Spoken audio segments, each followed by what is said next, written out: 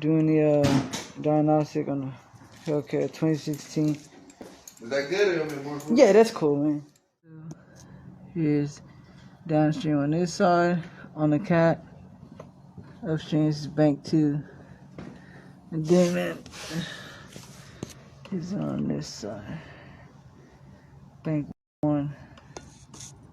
Then you got the other one right there. I don't know if you can. So this is actually the 6.2 hellcat. The passenger side, if I'm not mistaken, is going to be bank 2. The driver's side is going to be bank 1. We're getting a system 2 lean. Okay, so we got the old, but not here. There's a lot of carbon buildup. We got this new one here. Aftermarket from AutoZone. The harnesses are different, but this one's a universal one, so check this out. Alright, so we got the O2 sensor tool in there. It just snaps on like that.